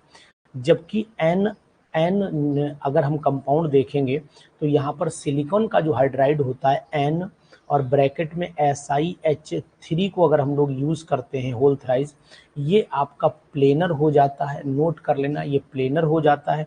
और हाइब्रिडाइजेशन जो होती है वो यहाँ पर sp2 मानी जाती है। देखो sp2 हाइब्रिडाइजेशन नाइट्रोजन की यहाँ पर निकल करके आती है, तो यहाँ पर मैं sp2 हाइब्रिडाइजेशन बोलूँगा, याद रखना। और यहाँ d पाई और p पाई बॉन्डिंग भी मानी जाती है।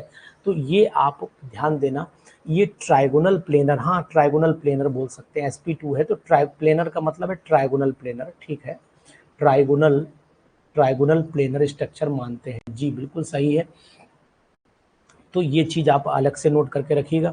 दूसरी चीज़ आपको और बताऊंगा कि अगर मान लो धोखे से आपके सामने ये कंपाउंड है, इसका नाम बता पाओगे? COOH। ये कंपाउंड मैंने ले लिया यहाँ पर COOH। अजय बताओ, अगर मैंने इसको हीट कर दिया तो हीट करने पर आपको कितने कार्बन दिखाई दे रहे हैं? यहाँ पर 1 2 3 कार्बन सब ऑक्साइड बना लेता है, यानी कि ऐसे करके कंडीशन पैदा हो जाती है भैया। बहुत अजीब कंपाउंड है, और साथ में निकल जाते हैं यहाँ पर 2 बूंद जिंदगी के। तो 2 और 2 4 और बाकी बैलेंस। इसे आप बोलते हैं कार्बन सब ऑक्साइड। नोट करो, इसको आ सकता है कार्बन सब ऑक्साइड। बहुत इंपॉर्टेंट कंपाउंड है, ठीक है। इसके बाद आपको पता होना चाहिए CO जो होता है वो न्यूट्रल ऑक्साइड होता है, न्यूट्रल ऑक्साइड होता है। CO2 जो होता है वो आपका एसिडिक ऑक्साइड होता है, एसिडिक ऑक्साइड होता है। और न्यूट्रल में आपको NO भी याद रखना पड़ेगा, NO भी न्यूट्रल ऑक्साइड ही होता है। NO भी जी मेलोनिक एसिड है, बिल्कुल सही आपने बताया, ये याद रखने पड़ेंगे आपको, ठीक है।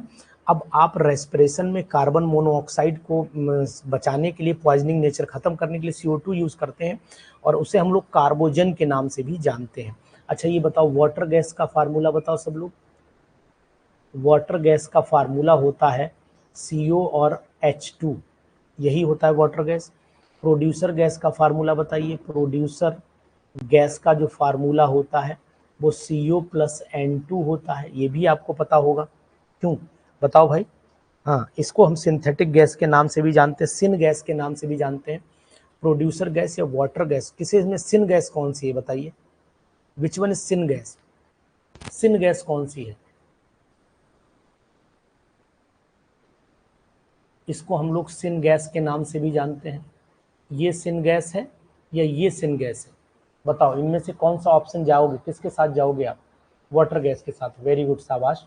तो यानी वाटर गैस को आप लोग सिन गैस के नाम से भी जानते हैं। तो इसको हम लोग, सिन का मतलब होता है सिंथेटिक। सिन गैस कौन सी होती है? सिंथेटिक।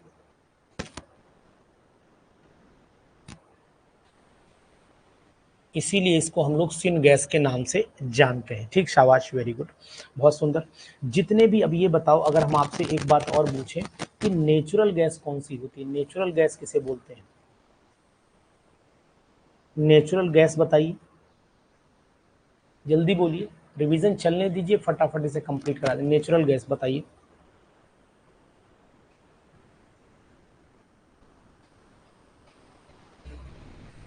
CH4 मीथेन को, ठीक है।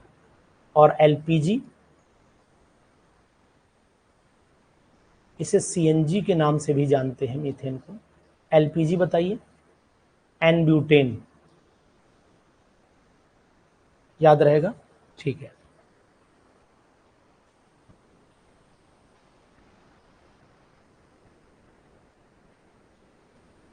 ठीक है, सही आपने बताया।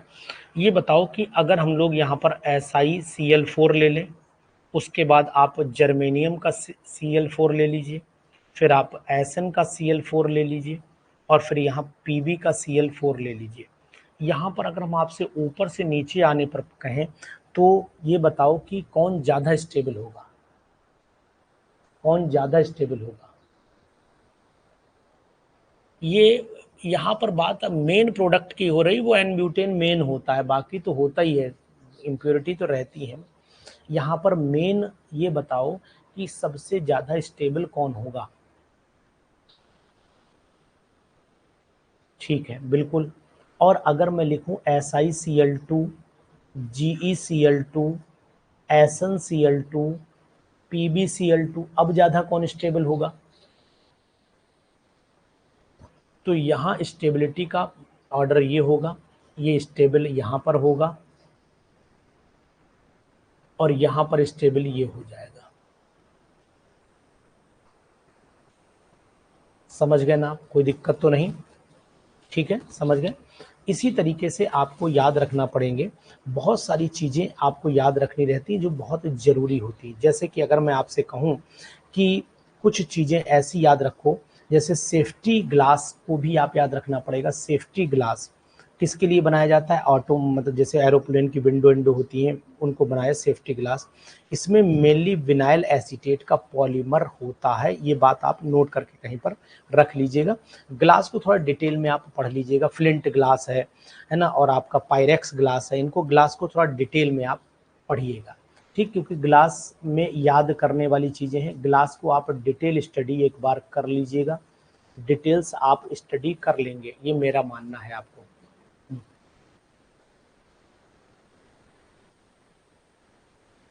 ठीक, ये आप नोट करिएगा ध्यान से, बहुत ज़रूरी है। अभी आपसे रविंदर बात होगी रिएक्शन की, थोड़ा समय दीजिए आप। अब इसके बाद हम लोग बात करेंगे कि एक कंपाउंड है जिसका नाम है टेट्राइथाइल लेड, उसको भी आप नॉर्मल वे में पढ़ लेंगे, यहाँ पर मैं बहुत यूज उसको नहीं करूँगा। लेकिन अगर आपसे पूछा जाए कि पायरीन किसका फार्मूला है, तो CCl4 को हम लोग पायरीन के नाम से भी, बिल्कुल आपकी बात सही, रिएक्शन इकट्ठी हम लोग बात करेंगे। एक पायरीन कंपाउंड है, पायरीन को हम लोग CCl4 या सिंथेटिक कपूर के नाम से भी जानते हैं। ये एक्सटिंग्विशर में भी यूज होता है, ये भी बात आप नोट कर लीजिएगा कहीं पर। ठीक, फ्रीऑन हमने पढ़ाई दिया था, उसको भी आप याद रखिएगा। ठीक है, रिएक्शंस को मैं आपसे ये बताऊंगा कि जितने भी कंपाउंड हैं इनकी रिएक्शंस के लिए मैं सलाह यही दूंगा, कि आप एक बार वीडियो देखिएगा, रिएक्शंस में बताऊंगा ही बताऊंगा आपको, बिल्कुल निश्चित तौर पर बताऊंगा आपको। चलो, दूसरी चीज़ अब आ जाती है कि अगर हम लोग अमोनिया के कंपाउंड में चलते हैं तो यहाँ पर लाइन से लिख लेते हैं। बताओ, NH3 मैंने लिखा, इसी तरीके से मैंने यहाँ पर PH3 लिखा, मैंने यहाँ पर ASH3 लिखा, इसी तरीके से मैंने यहाँ SBH3 लिखा, SBH3, और यहाँ पर BiH3 लिख लेते हैं। हाँ, इसके बाद अगर हम ऊपर से नीचे चलते हैं तो एक एरो बताएंगे कि ये ऊपर से नीचे आने पर बॉन्ड एंगल घटेगा। ठीक है, ऊपर से नीचे आने पर बॉन्ड एंगल घटेगा, लेकिन थर्मल स्टेबिलिटी भी घटेगी।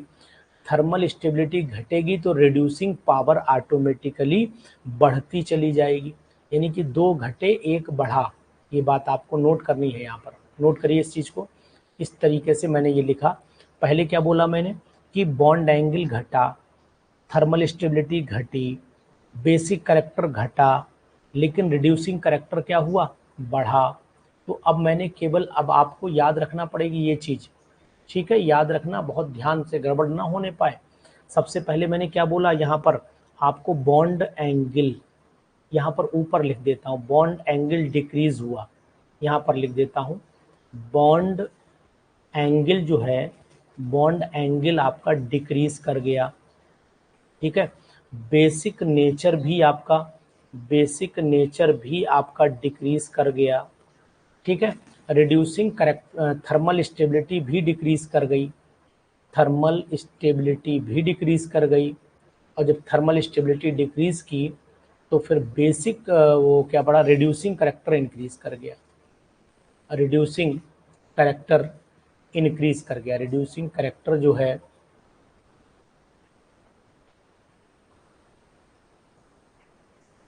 इंक्रीज, बता देंगे यार रविंद्र, चिंता ना करो, बताएंगे। ठीक, ये बात नोट कर लेना अच्छे से। अब लग रहा है इसमें 2 दिन लगाने पड़ेंगे, पी ब्लॉक में 2 दिन लगाने पड़ेंगे रिवीजन में, एक दिन में हो नहीं पाएगा।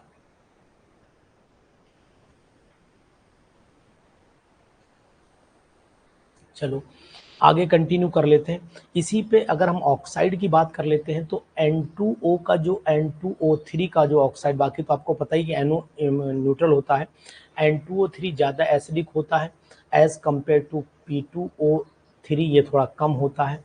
उसके बाद AS2O3 ये थोड़ा और कम हो जाएगा। जबकि अगर हम लोग कहें, ये मतलब एसिडिक करेक्टर है, यहाँ पर नीचे आप लिख सकते हो एसिडिक करेक्टर। एसिडिक कैरेक्टर की बात मैं करूं तो ऊपर से नीचे आने पर डिक्रीज ही होता है, सिंपल है, आपको पता ही होगा।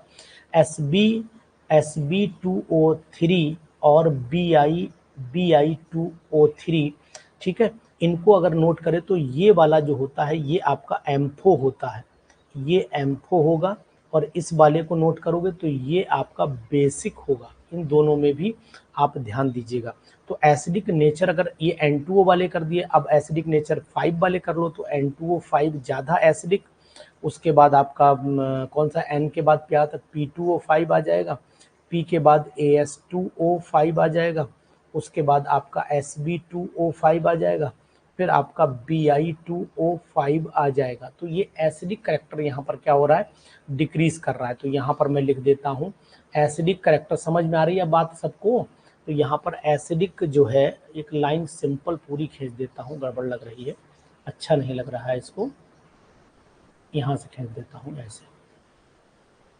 तो यहाँ पर एसिडिक करेक्टर है, ये एसिडिक कैरेक्टर है। बात रविंद्र आपकी मैंने नोट कर ली है, आप बेफिक्र रहिए, कल भी रिएक्शन में आपको बताऊंगा।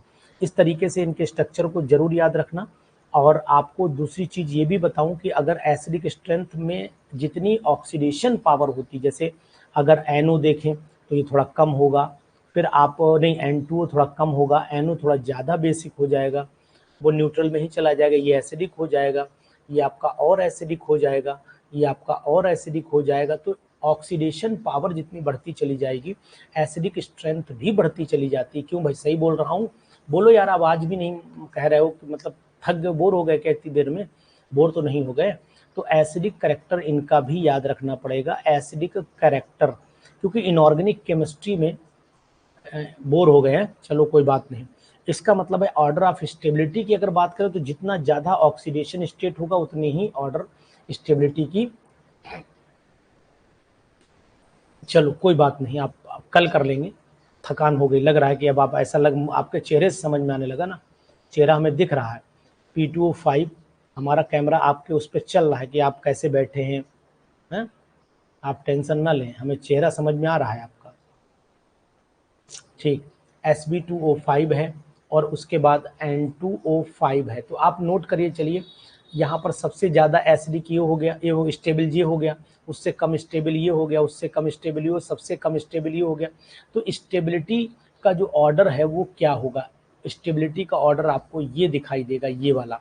तो ये हम ऑर्डर बना देते हैं, स्टेबिलिटी का है, तो यहाँ लिख दिया मैंने स्टेबिलिटी का जो ऑर्डर है वो भी आप याद, जो मुझे बातें याद आ पा रही मैं आपको बता रहा हूँ, ध्यान से समझने की कोशिश करिएगा।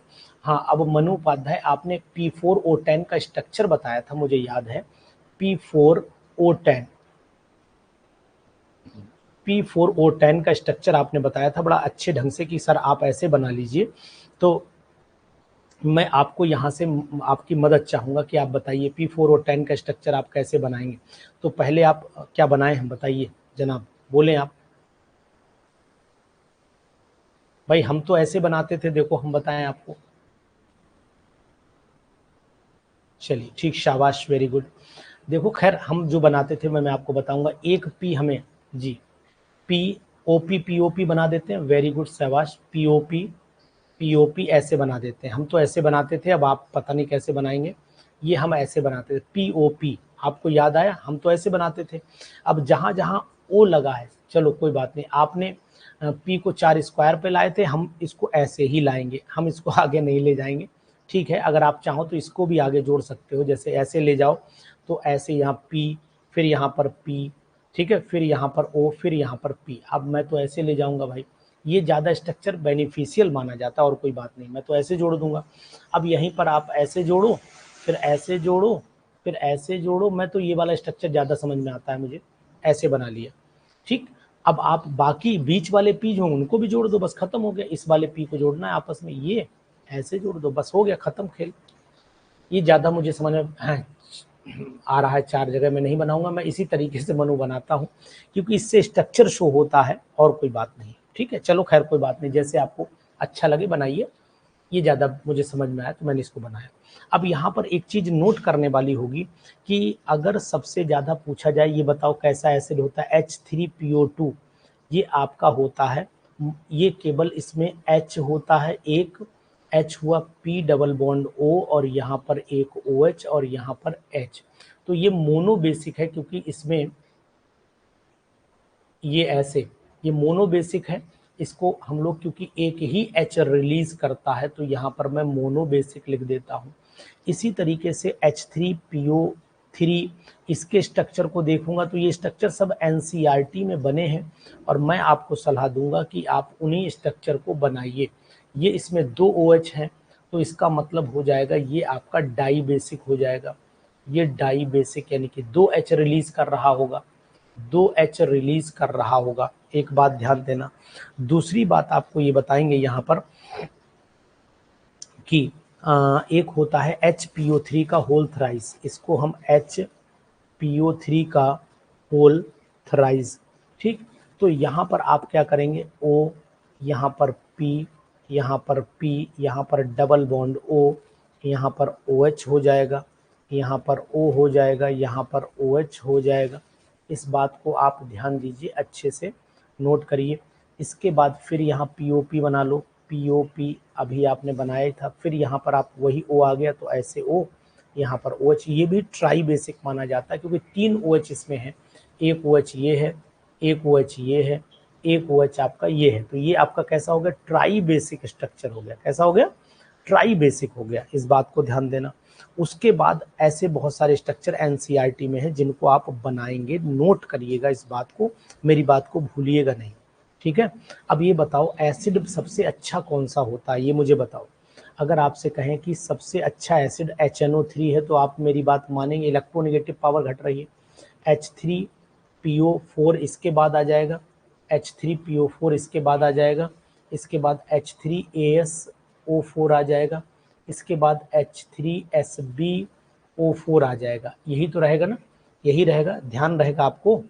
चलो ठीक, याद रखना इसके ऑर्डर, आप एसिडिक करेक्टर का ऑर्डर है ये, तो यहाँ नोट कर देता हूँ एसिडिक करेक्टर।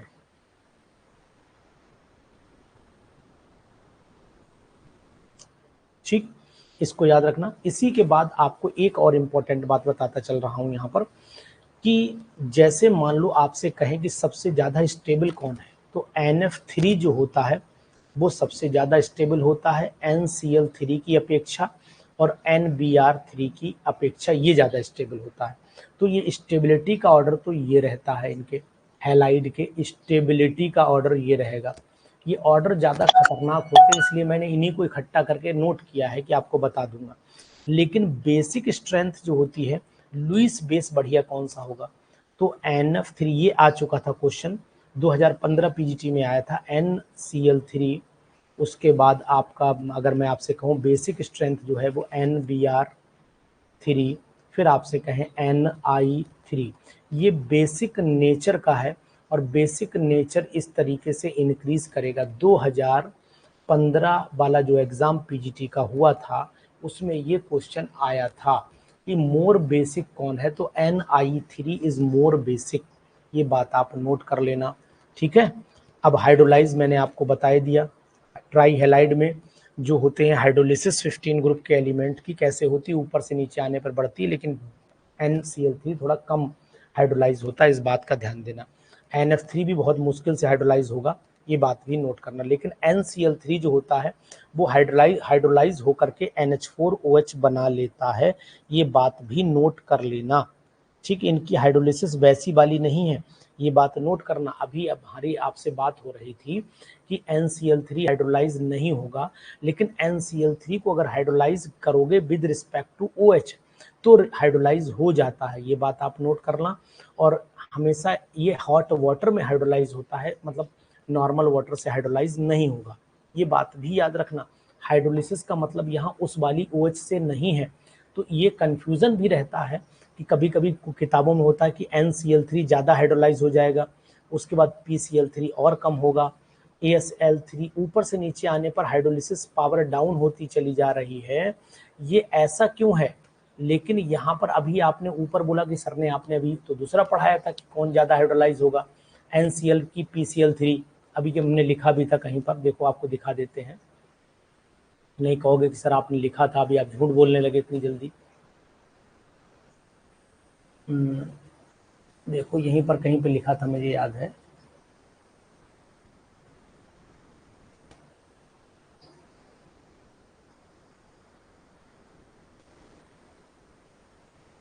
हाइड्रोलाइज, देखो ये नहीं लिखा का याद नहीं, मुझे याद आ रहा है कि NCl3 जो है वो ज़्यादा हाइड्रोलाइज आसानी से हो जा रहा है। क्यों हो जा रहा है? ये ऐसे हाइड्रोलिसिस की बात नहीं हो रही, ये वाले हाइड्रोलिसिस की बात ही नहीं हो रही है। ये बात हो रही है NH4OH, यानी कि रीअरेंज करके ये NH4OH बना लेता है, इस कारण से हाइड्रोलाइज हो जाता है। ठीक, मैं आपको बताता चल रहा हूँ, नहीं सोचो कि सर ने कहीं गलत तो नहीं बता दिया। तो यहाँ पर थोड़ा सा कंफ्यूजन दूसरा वाला ये पीजी चीज में आ जाता है कभी कभी क्वेश्चन। तो NCl3 की रिएक्शन आप कराओ वाटर से, 4H2 से करा दो, तो ये कंपाउंड NH4OH बनेगा और साथ में निकलेगा आपका 3HOCl। इस तरीके की हाइड्रोलिसिस हो जाती है। PCl3 को अगर हाइड्रोलाइज करोगे तो 3 वाटर के मॉलिक्यूल से हो जाएगा। ये बात याद रखना कि मैंने ऊपर दूसरे कंसेप्ट पर बोला है, लेकिन अगर नॉर्मल कंसेप्ट पर आए, मंजीत जी ध्यान दीजिएगा, नॉर्मल कंसेप्ट पे आपको लिखना है कि NCl3 can be easily hydrolysed to form NH4OH, और नहीं माने तब भी कहना कि हाइड्रोलाइज हो जाता है। ये बात आप नोट करो, नहीं अभी कहीं मुझसे याद आ पा रहा है कि मैंने बोला था कि PCl3 आसानी से हाइड्रोलाइज होगा, वो रिएक्शन दूसरी है, वो H3PO3 बनाने वाली रिएक्शन थी। अब मुझे याद नहीं आ पा रहा है कि मैंने कहाँ पे बोला है, अभी थोड़ी देर पहले मैंने ये बात बोली थी, ये मुझे समझ रहा हूँ, लेकिन नहीं मिल पा रहा है कहाँ पर हो, बोल गया मैं, नहीं मिल पा रहा है। चलो होगा, जहाँ भी होगा बताऊंगा। ठीक, एक तो ये याद रखना, दूसरी चीज आपको ये भी याद रखना है कि अगर हम लोग बात कर रहे हैं लुईस एसिड की, तो लुईस एसिड कौन सा बढ़िया है ये बताओ कि लुईस एसिड में PF3 अच्छा एसिड माना जाएगा कि PCl3 अच्छा एसिड माना जाएगा कि PBr3 अच्छा माना जाएगा और कि आपका PI3 अच्छा माना जाएगा। खैर अनिल जी, अगर आपने दिखा, ठीक है ऊपर लिखा है वो तो मुझे भी पता है, लेकिन उस टर्म को, टर्मिनोलॉजी को समझने की कोशिश कीजिए, टर्मिनोलॉजी को समझने की कोशिश कीजिएगा, नहीं तो आप कहोगे सर आपने गलत पढ़ा दिया।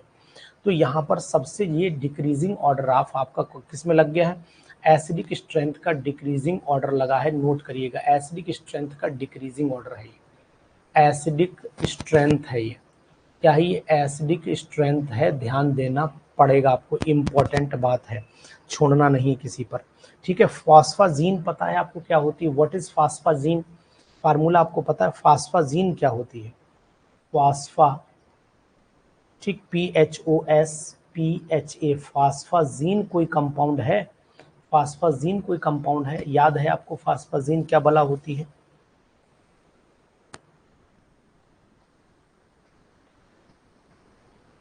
बताइए। फॉस्फाजीन जहाँ पर नाइट्रोजन भी जुड़े फॉस्फोरस से और ये आपस में एक दूसरे से जुड़ जाएं और ऑक्सीडेशन स्टेट जो है वो फॉस्फोरस अपनी ऑक्सीडेशन स्टेट +5 शो करे, नाइट्रोजन अपनी ऑक्सीडेशन स्टेट को +3 शो करे, ऐसे कंपाउंड को फॉस्फाजीन बोलते हैं।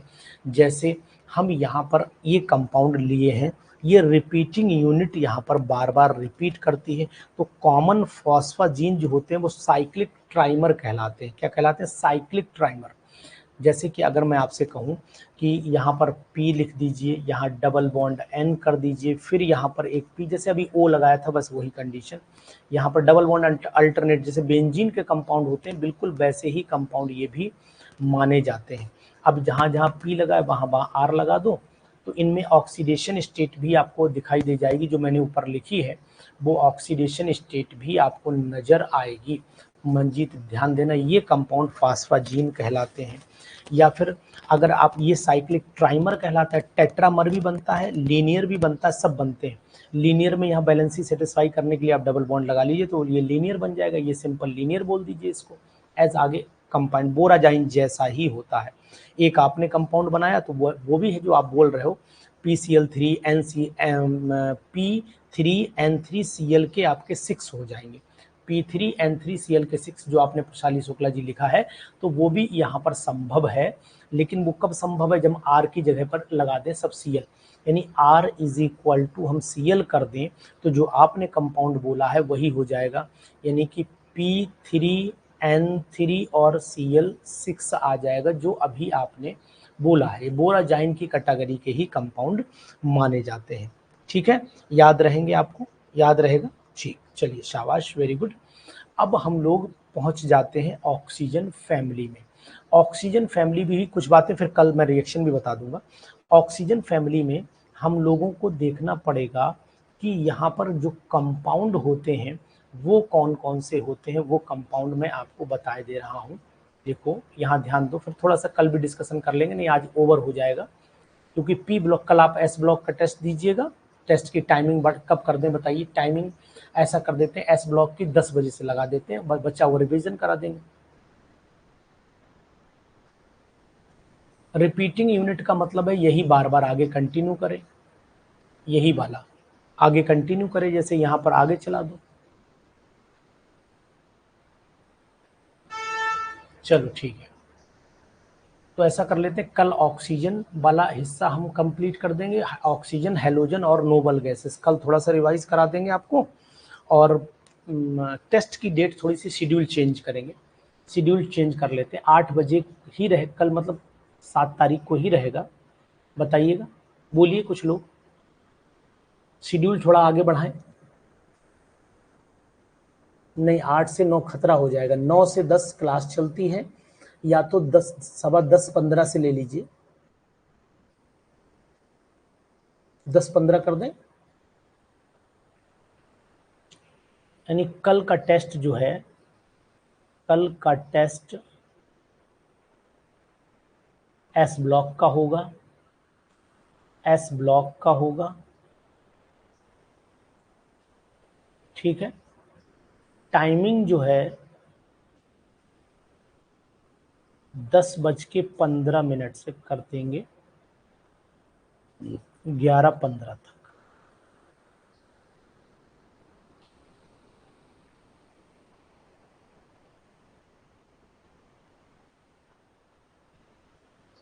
क्लास थोड़ी जल्दी स्टार्ट करेंगे कल, क्लास थोड़ी जल्दी स्टार्ट करेंगे, ठीक है।